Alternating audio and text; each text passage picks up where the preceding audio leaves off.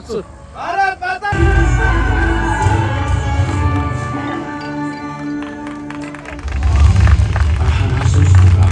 अंग्रेजों को ललकारने वाले पहले स्वतंत्रता संग्राम के एक सक्रिय सिपाही थे झवेर भाई पटेल। करमसद गांव के इस बहादुर देशभक्त किसान और उनकी पत्नी लाड भाई के 5 बेटों और 1 बेटी में से चौथे पुत्र थे वल्लभ भाई।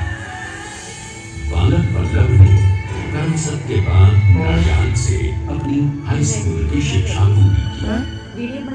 फिर 13 साल की उम्र में उनकी शादी भी हो गई छोटी सी झवेर बाई से। 2 बच्चों बेटी मणि बहन और बेटे ताया भाई को जन्म देने के बाद झवेर बाई असमय ही चल बसी। सदी बदलने और 20वीं सदी आने पर उनका जीवन भी एक चमत्कार की तरह बदला। पीटर का इम्तिहान पास करके वो वकालत करने लगे, पहले गोधरा, फिर आणंद और उसके बाद अहमदाबाद में। मगर जल्द ही वकालत छोड़कर वो बैरिस्टर बनने की इच्छा से इंग्लैंड चले गए। लंदन में बैरिस्टरी में अव्वल आने और वजीफा जीतने वाले वो अनोखे भारतीय थे। अब तो अहमदाबाद की वरिष्ठ अदालत में बैरिस्टर पटेल की जय और जीतों की धूम मच गई।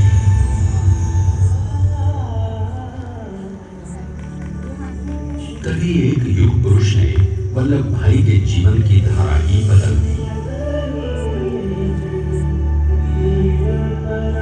दक्षिण अफ्रीका में सत्याग्रह के अहिंसक अस्त्र से गोरे शासकों को सबक सिखाकर भारत वापस आए बैरिस्टर मोहनदास करमचंद गांधी से मिलकर वल्लभ भाई ने अपने कुछ वर्षों से सीखे विदेशी व्यवहार और संस्कार हमेशा के लिए त्याग दिए और अब वो अपने खेड़ा के किसानों को हक दिलाने के लिए बापू के साथ आंदोलन में कूद पड़े।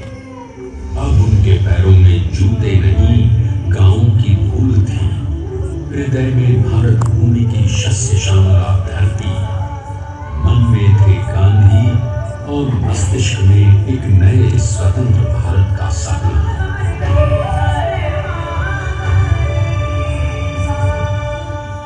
तभी बारडोली के मजबूर मजलूम किसानों की यातना का समाचार उनके पास पहुंचा।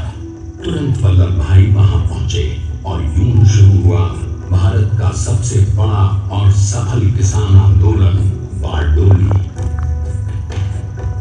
वल्लभ भाई ने बारडोली के 87,000 किसानों को ऐसा अटल अडिग अचल मनोबल दिया कि अंग्रेजी सरकार हिल गई और 1 बरस के बाद उनका लगान माफ कर दिया गया।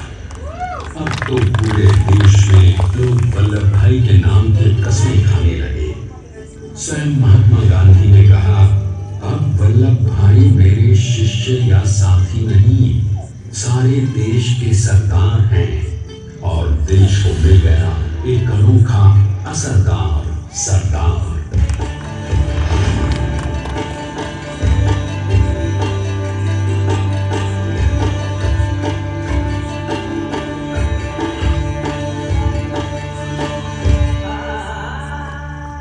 सरदार पटेल के नाम और देशभक्ति से अंग्रेज डर कर कांपने लगे।